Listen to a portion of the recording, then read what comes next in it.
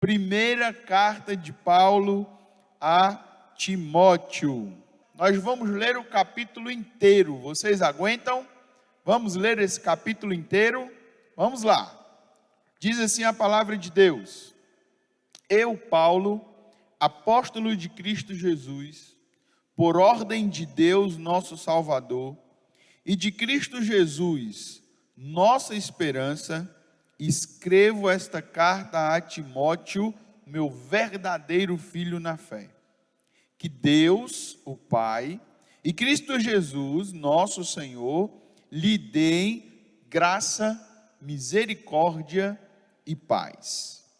Quando parti para a Macedônia, versículo 3, pedi a você que ficasse em Éfeso e advertisse certas pessoas de que não ensinassem coisas contrárias à verdade. Versículo 4.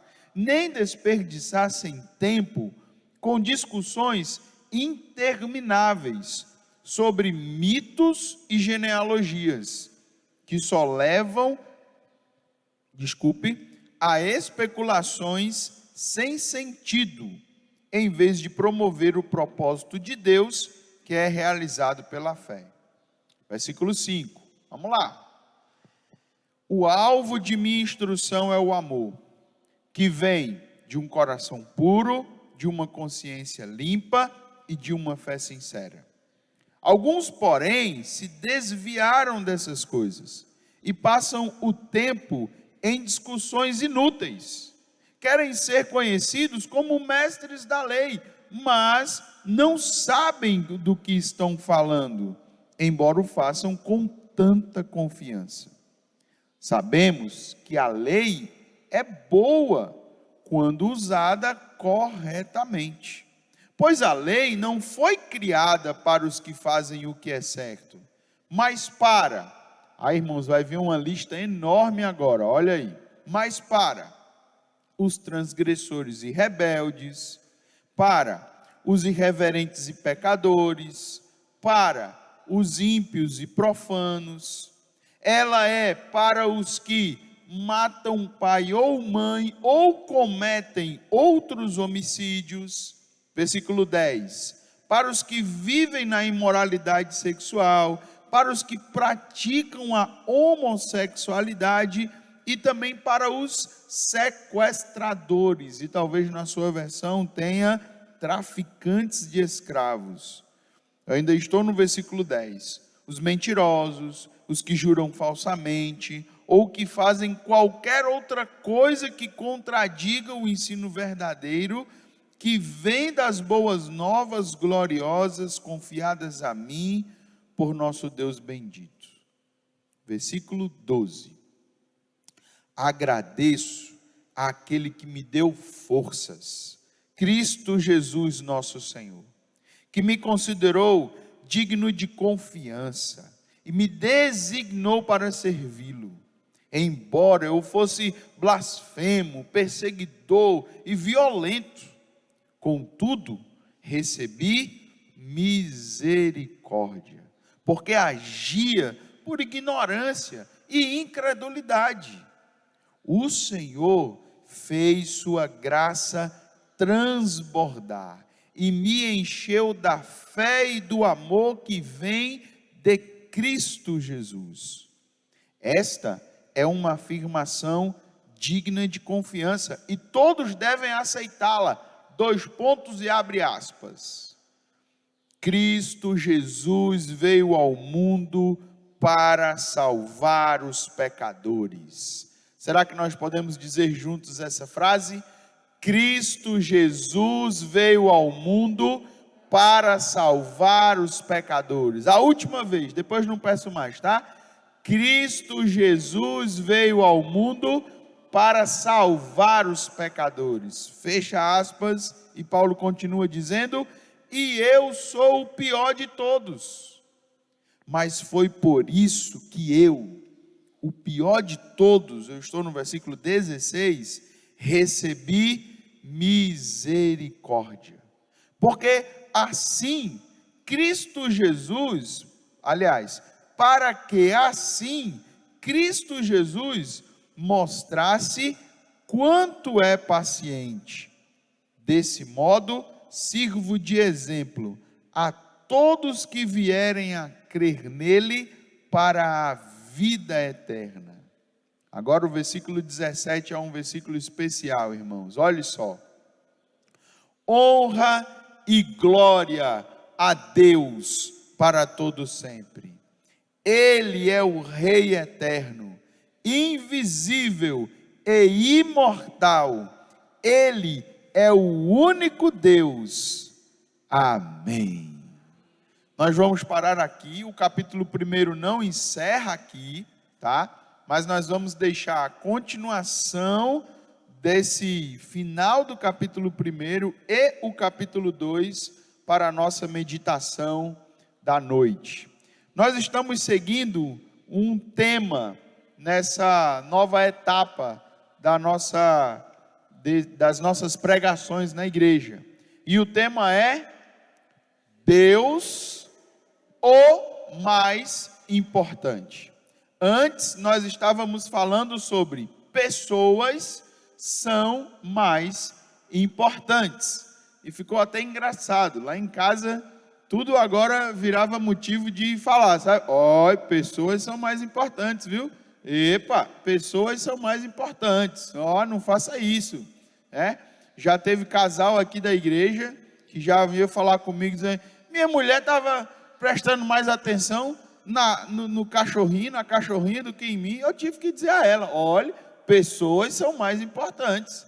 Mas já teve esposa também que veio falar comigo dizendo, pois meu marido estava olhando mais para o carro que para mim. Vai lavando, tal, não sei o que. Eu disse, epa, pessoas são mais importantes. Então nós meditamos durante um tempo pensando que às vezes a gente pode perder as pessoas por causa de algumas coisas. Mas da mesma forma, nós podemos nos desconectar de Deus. Nós podemos colocar outras coisas no lugar de Deus. E se perder pessoas causa um prejuízo, imagine se desconectar de Deus. O prejuízo é muito maior, é enorme, é incalculável. Mas ao mesmo tempo, irmãos, quando nós conseguimos viver essa verdade de que Deus é o mais importante, sabe o que acontece?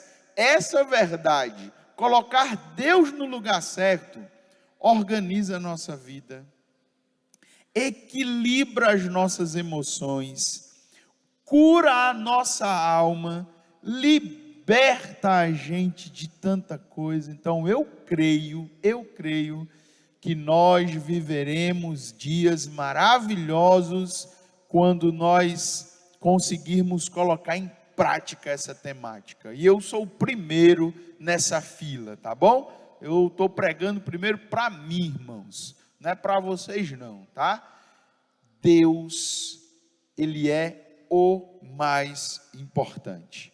E nós decidimos, por uma orientação do Espírito de Deus, seguir esse tema com um livro da Bíblia, essa carta de Paulo a Timóteo. E quero explicar aos irmãos como eu considero importante o que nós vamos fazer. Nós não vamos pegar um versículo aqui, um versículo acolá, um versículo ali, juntar e fazer uma verdade. Não. Nós vamos fazer algo que eu acho que é mais valioso. Nós vamos ler a carta inteira. Nós teremos o prazer de conhecer os detalhes que aqui estão.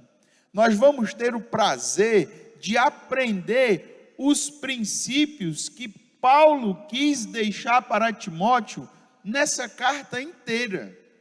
Eu não sei se os irmãos concordam, mas nós estamos um pouco desacostumados em ler a Bíblia da forma correta.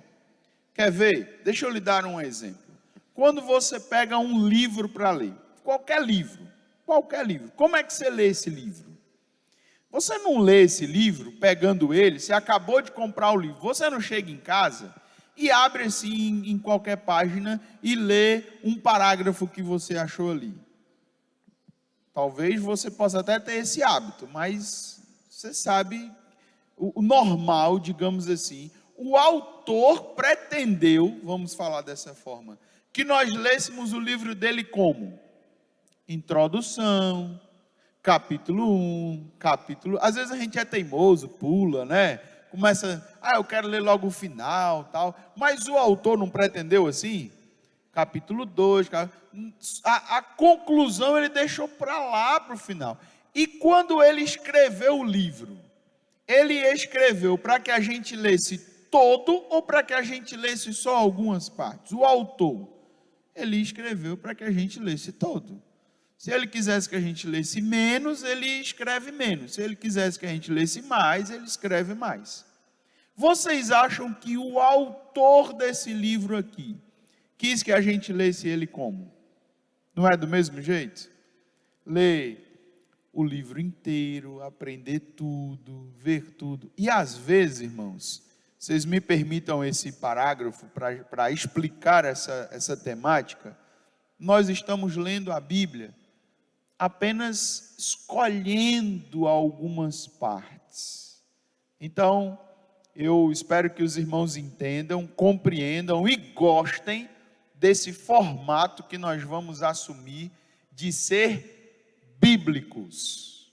Se tem uma coisa que eu gostei de ser batista, de me tornar batista, Claudinei, uma coisa que me chamou a atenção é que em quase todas as igrejas batistas tinha uma frase assim pintada na placa assim, uma igreja firmada na palavra. Se tem uma característica nossa como denominação dos batistas, o que é que vocês têm de diferente? Nós gostamos da Bíblia, nós lemos a Bíblia, nós estudamos a Bíblia, não é isso, irmã Vilma? Quanto tempo a gente gasta na nossa EBD, na nossa escola bíblica dominical? Vocês estão com saudade, né? De ir para a sala, de debater, de conversar. Então nós vamos fazer isso na primeira carta de Paulo a Timóteo. Essa carta, queridos, eu queria compartilhar com vocês, e eu já vou dizer a vocês, vou pedir paciência, para que a gente pudesse ficar aqui de manhã, um pouco na sensação da escola bíblica, pode ser? Então, se eu me estender um pouco, não é porque o pastor fala muito não, é porque eu tentei preparar como se fosse mais como um estudo bíblico do que como uma mensagem. Prometo que à noite serei mais breve, tá certo? Então, essa carta é uma carta, e eu queria ler com você de novo os versículos 1 a 3. É uma carta de um pai a um filho na fé. Olha como é que Paulo escreve. Eu, Paulo, apóstolo de Cristo Jesus, por ordem de Deus nosso Salvador, e de Cristo Jesus nossa esperança, escrevo esta carta a Timóteo. E ele diz que ele é quem? Meu verdadeiro filho na fé. Então nós vamos, durante a carta, ver algumas recomendações aqui, bem pessoais, sabe? Por exemplo, dar um spoiler aqui da carta para vocês, lá na frente Paulo diz assim a Timóteo, Timóteo, meu filho, eu estou sabendo que você está com uns problemas de estômago, não beba só água não, misture, bote um pouquinho de vinho, que na época lá, irmãos, certo? Fazer essa mistura era algo comum, era algo medicinal, e isso era muito pessoal. Mas além disso, essa carta é a carta de um apóstolo, porque é isso que Paulo diz, não é? Eu, Paulo, apóstolo de Cristo Jesus, é uma carta de um apóstolo a um obreiro, porque Timóteo, ele está desenvolvendo o ministério dele na igreja que estava em Éfeso, e a gente sabe disso lendo o versículo 3, veja aí comigo. Quando parti para a Macedônia, pedi a você que ficasse em Éfeso. Então, Paulo era o pastor da igreja em Éfeso. E uma curiosidade é que nessa época, eles não se reuniam como nós estamos reunidos aqui. Nessa época não havia os templos das igrejas. Eram vários irmãos e as reuniões aconteciam nas casas. Então eram várias casas aonde essas casas era a igreja de Jesus. Além disso, é a carta de um pastor a um discípulo. Então nós vamos ter orientações pessoais, nós vamos ter orientações ministeriais, certo? Paulo vai dizer: olha, Timóteo, deixa eu lhe explicar como é que você escolhe diáconos, como é que você ordena pastores, como é que você vai ordenar presbíteros, que é o nome para pastores. Mas também Paulo vai dar umas orientações aqui, orientações pastorais, dizendo assim: meu filho, olhe, tenha cuidado nisso, tenha cuidado, viva dessa forma. Então essa carta, irmãos, é uma carta valiosa demais para nós, e eu tenho certeza que nós poderemos aprender muita coisa com ela. Então não perca, tá certo? Olha só a propaganda, viu? Não perca nenhuma dessas mensagens. Hoje de manhã, capítulo 1, à noite, capítulo 2, quarta, capítulo 3, próximo domingo de manhã, capítulo 4, e aí, eu acho que na próxima semana a gente consegue encerrar. Bom, o que é que nós temos nessa carta que tem a ver com o nosso tema? Deus, o mais importante. Logo de cara, aqui no capítulo 1, nós temos a primeira lição que acontece. Nós vamos identificar aqui, Paulo dizendo que a lei pode ser considerada algo mais importante, ao ponto de ficar no lugar de Deus. Então, se o nosso tema é Deus, o mais importante, nesse capítulo 1, nós vamos verificar que havia pessoas que estavam com o seguinte tema: lei, o mais importante. A lei, o mais importante. E aí, isso nos remete a um comportamento que chamamos de moralismo, legalismo e até uma religiosidade. E a grande questão que nós vamos agora desfrutar nesse capítulo é: o que nós podemos fazer para não cair nesse erro? Para não tirar Deus do lugar mais importante e colocar a lei no lugar de Deus. E Paulo vai nos responder nesse capítulo dizendo que nós precisamos apenas, olha que negócio bom. Eu ia falar, olha que negócio besta, mas não pode falar assim, né? Olha que negócio bom, simples. Paulo vai dizer: viva o Evangelho. Viva o Evangelho. E isso não vai acontecer com você. Mas vamos identificar o problema? Os versículos 3 e 4, Paulo já inicia a carta dizendo que havia um problema ali. Vamos ver qual é? Olha o que ele diz. Quando parti para a Macedônia, pedi a você que ficasse em Éfeso. Muito bem. Agora olha o que Paulo pediu. E advertisse certas pessoas de que não ensinassem coisas contrárias à verdade. Paulo deu uma missão a Timóteo. Olha, Timóteo, eu deixei você aí e eu pedi a você que falasse com algumas pessoas que não ensinassem coisas contrárias à verdade. E também, continua aí, no versículo de número 4, nem desperdiçassem tempo com discussões intermináveis sobre mitos e genealogias, que só levam a especulações sem sentido. E por que Paulo está com interesse de que Timóteo acabe com isso? Timóteo, acaba com esse negócio aí na igreja, Timóteo. Isso não pode acontecer. Por quê? Ele diz, olha, em vez de promover o propósito de Deus. Em algumas versões aí que vocês têm, vai estar o plano de Deus. Não é isso?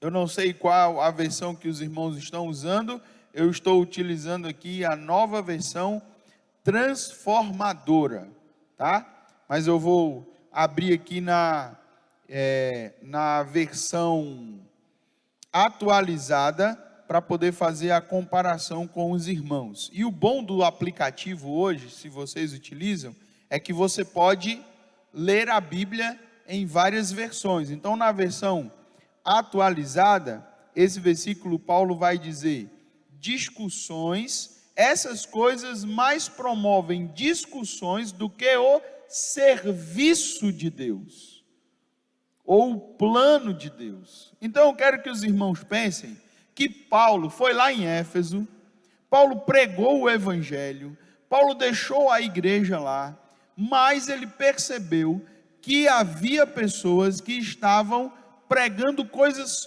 contrárias ao propósito de Deus, estava causando discussões que não levavam a nada.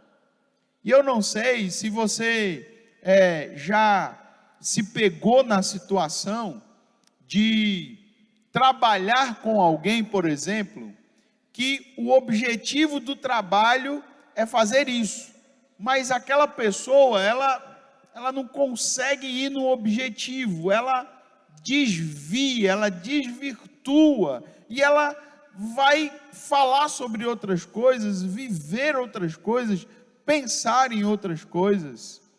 Aí o negócio não rende, sabe? É como se você tivesse um objetivo lá no seu trabalho. O seu objetivo é fazer um relatório, mas a pessoa está dizendo assim: não, rapaz, a gente tem aqui montar um esquema de alguma coisa. Não, rapaz, nosso objetivo é esse. Bom, esse é o problema. Na igreja em Éfeso, tinha pessoas que estavam falando e vivendo coisas que não era o propósito de Deus. Mas se esse era o problema, Paulo vai dizer para nós qual é o procedimento de Timóteo, ou o procedimento que deveria haver naquela igreja. E agora nós vamos ler os versículos 5, porque ele diz assim: o alvo de minha instrução é o amor. E eu já quero comparar para você a diferença. Eles estão fazendo o quê? Discussões intermináveis, certo? E Paulo está dizendo: não, o alvo da instrução é o amor. E esse amor é um amor que vem de 3 coisas. Quais são elas? Veja aí no versículo 5. Um coração puro, uma consciência limpa e uma fé sincera. É isso que eu quero, Timóteo. Isso deve ser o resultado da igreja, isso deve ser as características da igreja. A igreja tem que estar vivendo com a balança do amor. A igreja deve estar vivendo com o padrão do amor. Olha, eu discordo de você, eu não concordo com você, você tem uma atitude diferente da minha. Ai, mas eu amo você. Ixi, aí quebrou tudo. Agora nós vamos ter que caminhar juntos. Sabe? Olhe, você é de um partido, eu sou de outro. Você gosta de uma coisa, eu gosto de outra. Você gosta de praia, eu gosto de campo. Você gosta de passear, eu gosto de ficar tranquilo. Você gosta de falar muito, eu gosto de ficar quieto.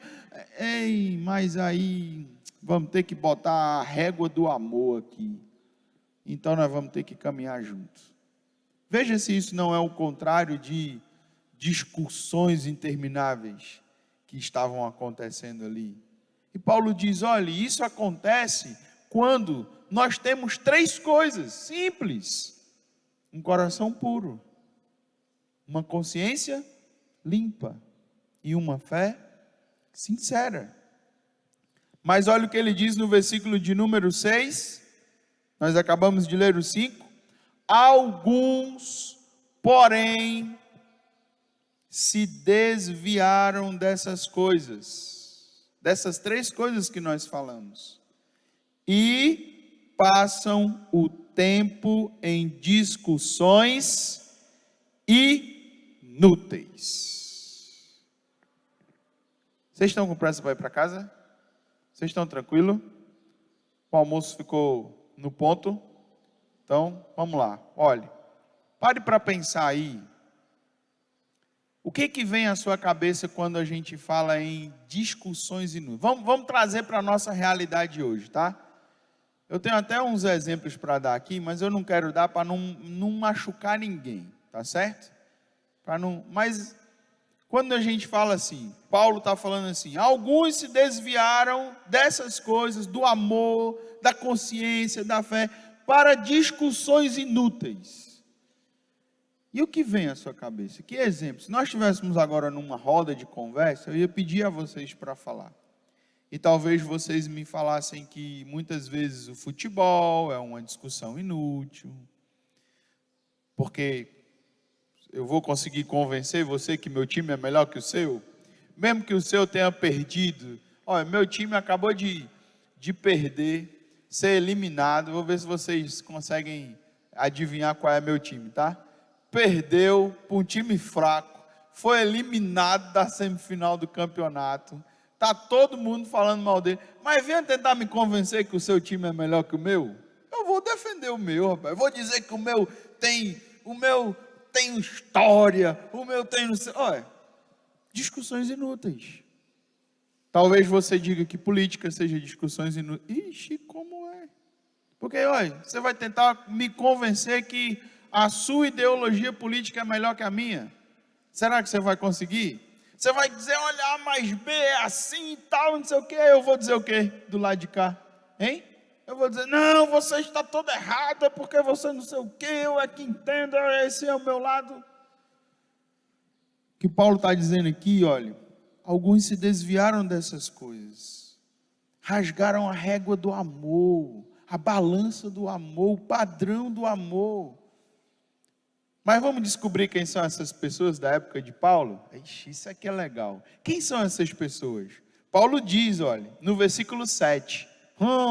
Olha quem eram os cabas aí, olha Ana Júlia, quem era? Querem ser conhecidos como mestres da lei, mas não sabem o que estão falando, do que estão falando, embora o façam com tanta confiança.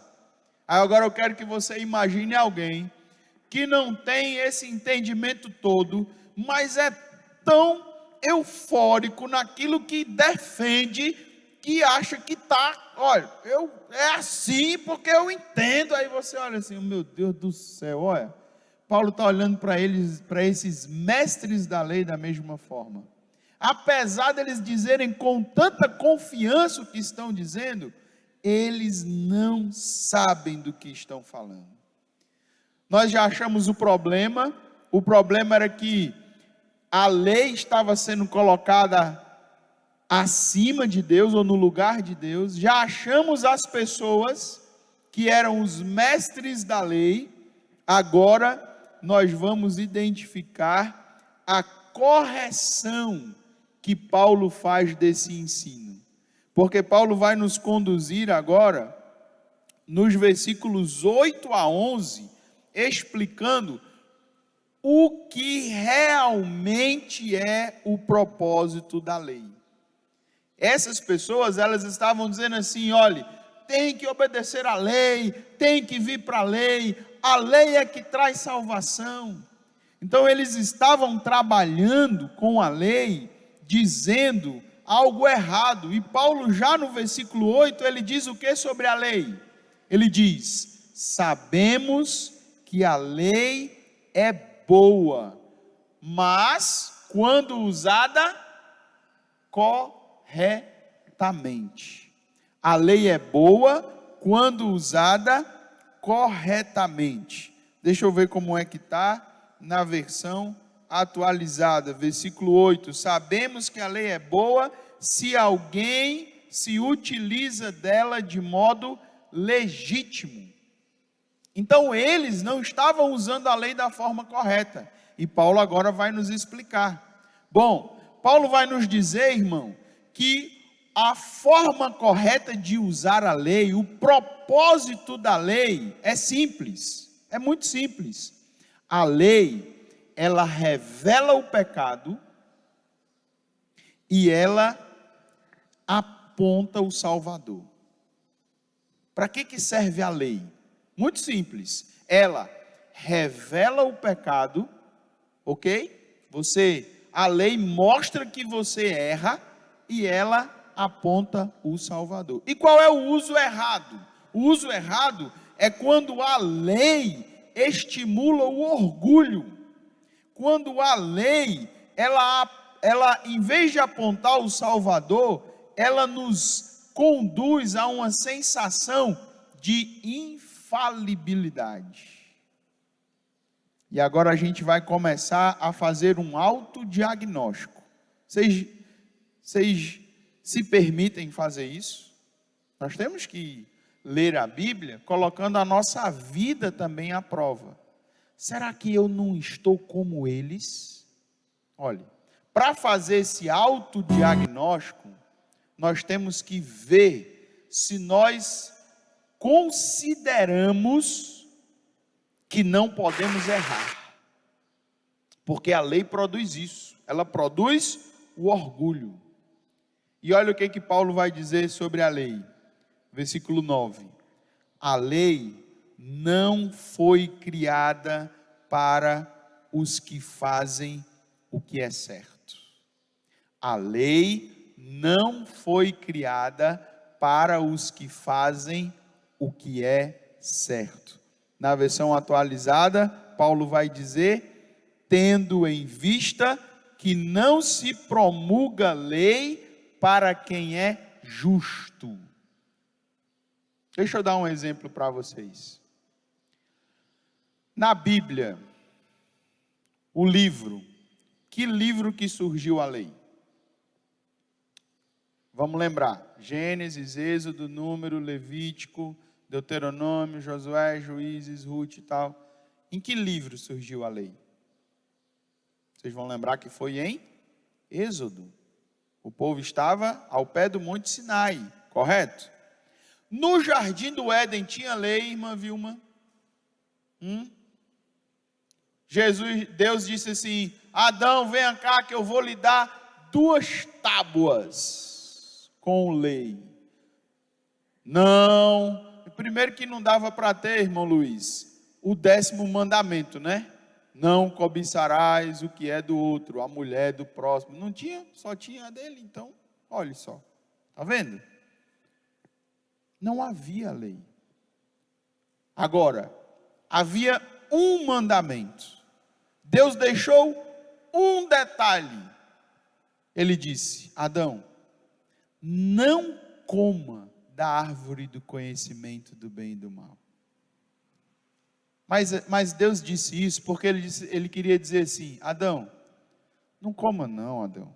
Porque, se você comer, Adão, certamente morrerás. Isso é diferente do que a lei que dizia assim, não coma da árvore do conhecimento do bem e do mal. Você quer ver isso nas nossas vidas? Quando nós temos os nossos filhos, Theo, né? 3 anos, né? 2, pronto, 2 anos. O Theo, assim que nasce, já tem lei para ele? Ele nasce, chega em casa, assim que chega, né?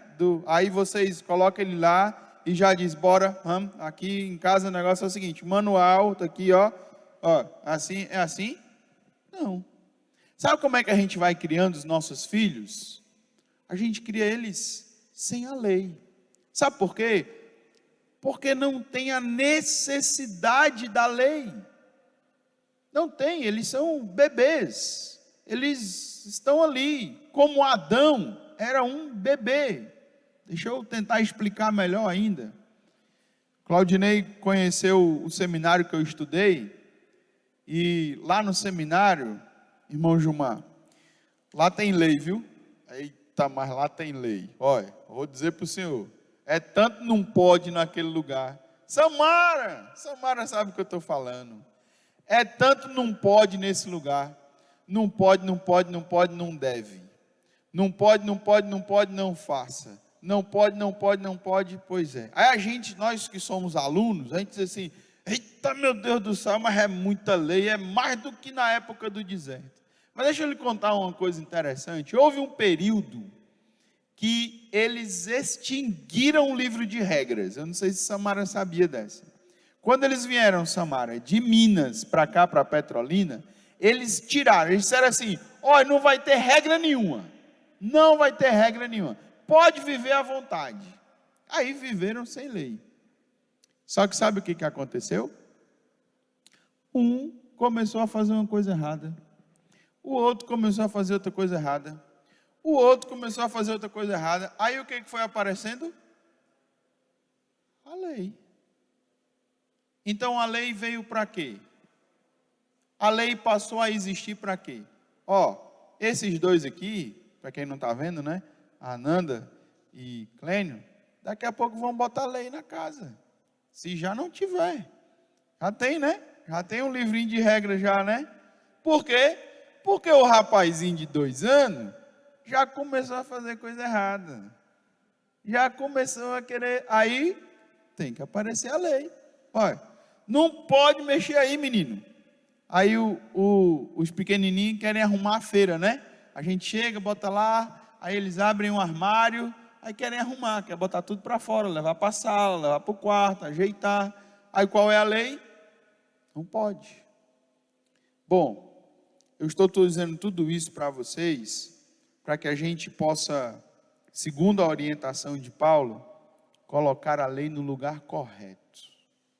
E qual é o lugar correto da lei? A lei revela o pecado e aponta o Salvador. Agora, essas pessoas que estavam aqui em Éfeso, elas não estavam fazendo isso. Elas estavam apontando para si mesmas. E Paulo pega pesado com eles agora, porque ele vai dar uma lista. Vamos ler a lista de novo? Irmão, vocês já estão cansados? Calma. Mais 10 minutos a gente encerra. Acho que os irmãos aqui de casa já dormiram, já foram na cozinha, já desistiram de nós. Então vamos ficar a gente aqui, tá bom? Estou confiando em vocês, tá? Vocês estão comigo? Então vamos lá. Olha a lista que Paulo apresenta agora. A lei não foi criada para os que fazem o que é certo, mas para os transgressores e rebeldes, irreverentes e pecadores, ímpios e profanos, os que matam pai e mãe ou cometem outros homicídios, os que vivem na imoralidade sexual ou praticam a homossexualidade, os sequestradores, os mentirosos, os que juram falsamente ou os que fazem qualquer outra coisa que contradiga o ensino verdadeiro. É para isso que serve a lei. E eu vou dizer uma coisa a vocês, irmãos, muito importante. Se você leu essa lista e não se encontrou nela, tem um problema que precisa ser resolvido, mas Deus vai resolver hoje com você. Porque Paulo vai dizer agora, olhe, no versículo 12: agradeço aquele que me deu forças, Cristo Jesus nosso Senhor, que me considerou digno de confiança e me designou para servi-lo, embora eu fosse o quê? 3 palavrinhas aí, embora eu fosse, na minha versão, blasfemo, perseguidor e violento. Na versão atualizada, blasfemo, perseguidor e insolente. Paulo se expõe, Paulo coloca a situação dele de pecador. Por quê? Porque a lei revela o nosso pecado. Quando você não permite que a lei revele o seu pecado, e você caminha numa condição de perfeição, então você está Você está se atrapalhando com a questão da lei, irmãos. E aí, Paulo diz no versículo ainda no versículo 13: contudo recebi misericórdia, porque agia por ignorância e incredulidade. Versículo 14: o Senhor fez sua graça transbordar e me encheu da fé e do amor que vem de Cristo Jesus. E olha o que ele diz no versículo de número 15, que eu queria que fosse a frase que ficasse no seu coração nessa manhã. Ele diz: esta é uma afirmação digna de confiança e todos devemos aceitá-la. Cristo Jesus veio ao mundo para salvar quem, irmãos? Os pecadores. E eu pergunto, qual é a imagem que nós temos que fazer de nós? Qual é a forma como nós devemos nos identificar? Parece um erro, parece estranho, mas a lei revela que nós somos pecadores mesmo, irmãos. E Paulo ainda dá um detalhezinho nesse versículo de número 15. O que é que ele diz aí? Eu sou o pior de todos. Irmãos, esse é o segredo para colocar Deus como o mais importante. O segredo de colocar Deus como o mais importante é você entender que o seu lugar é no lugar de pecador redimido, de pecador arrependido, de pecador que foi alcançado pelo Salvador. Aí Deus assume esse papel. Não é o lugar do orgulho, o lugar onde você diz: eu sou o pastor Diogo, eu sou o homem que não sei o quê, olhe para mim e vê. Não, irmãos, Paulo podia fazer isso. Aliás, ele viveu assim. Quem conhece um pouco da história de Paulo, sabe que ele era um mestre, no bom sentido da lei, ele era entendido, ele conhecia tudo, mas ele não tinha Deus como o mais importante. E você quer uma prova disso? Aí, versículo de número 13, como era que ele era? Mesmo sendo um religioso de mão cheia, quais são as palavras que ele se autodefine nessa época? Blasfemo, perseguidor, e aqui na minha versão tem violento. Aí eu pergunto a você, como é possível Paulo ter sido criado aos pés de Gamaliel, ter um entendimento incomparável da lei judaica, e o homem entendia mesmo, inteligentíssimo, e ainda assim seguir todos os rituais, e ainda assim ser blasfemo, perseguidor e violento. Essa é a armadilha da religiosidade, irmãos. Eu posso estar aqui pregando para vocês, eu posso estar aqui ensinando para vocês, abrindo a Bíblia, falando grego, falando hebraico e dizendo tal, não sei o quê, e chegar em casa e ser violento com a minha esposa, e ser um péssimo vizinho, e ser um filho ruim, e ser um pai que não liga e não cuida dos filhos, e vocês não perceberiam. Que coisa terrível, irmãos. Tudo isso, se eu não colocar Deus como o mais importante na minha vida, se eu não me enxergar como o pecador que precisa da salvação. Sabe quando é que eu faço assim e ajo assim? Quando eu começo a achar que eu estou correto, quando eu não me autoavalio, quando eu não tenho a humildade de ver os meus erros, as minhas falhas, quando eu não me permito que alguém olhe para mim e me oriente, quando eu me coloco numa situação tal, que até eu fico no lugar de Deus. Irmãos, olha o que Paulo nos dá como exemplo. Paulo era o cara, mas ele diz assim: não, eu sou o pior de todos.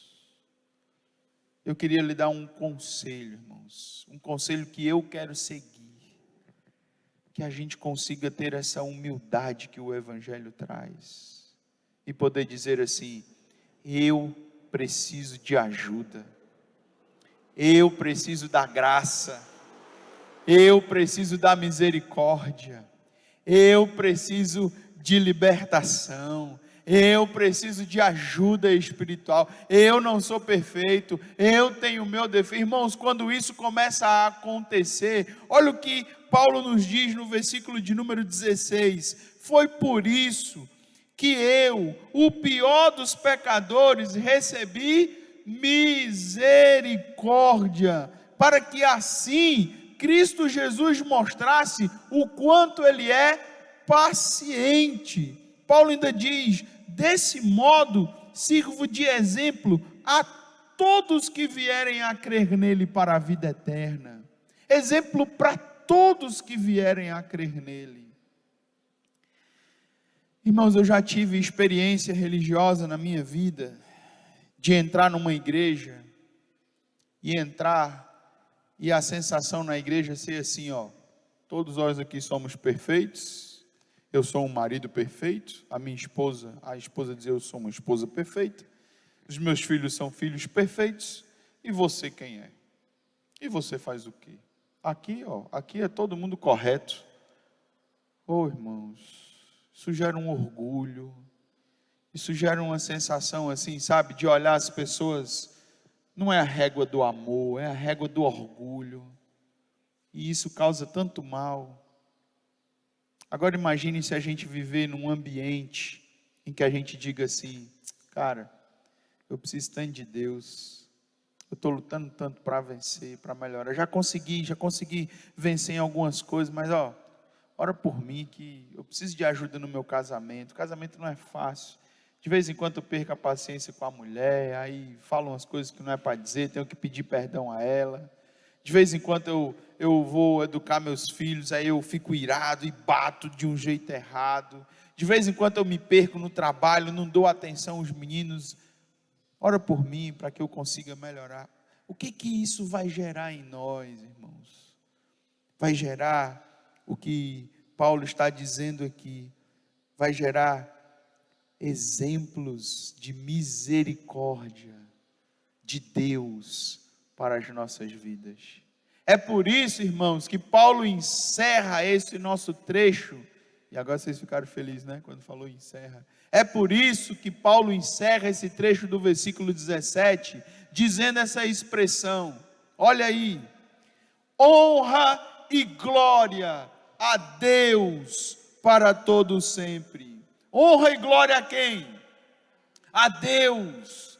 Honra e glória somente a Deus. Glória a alguém aqui, homem, alguém? Não. Honra e glória a Deus, porque Ele é o eterno, invisível e imortal.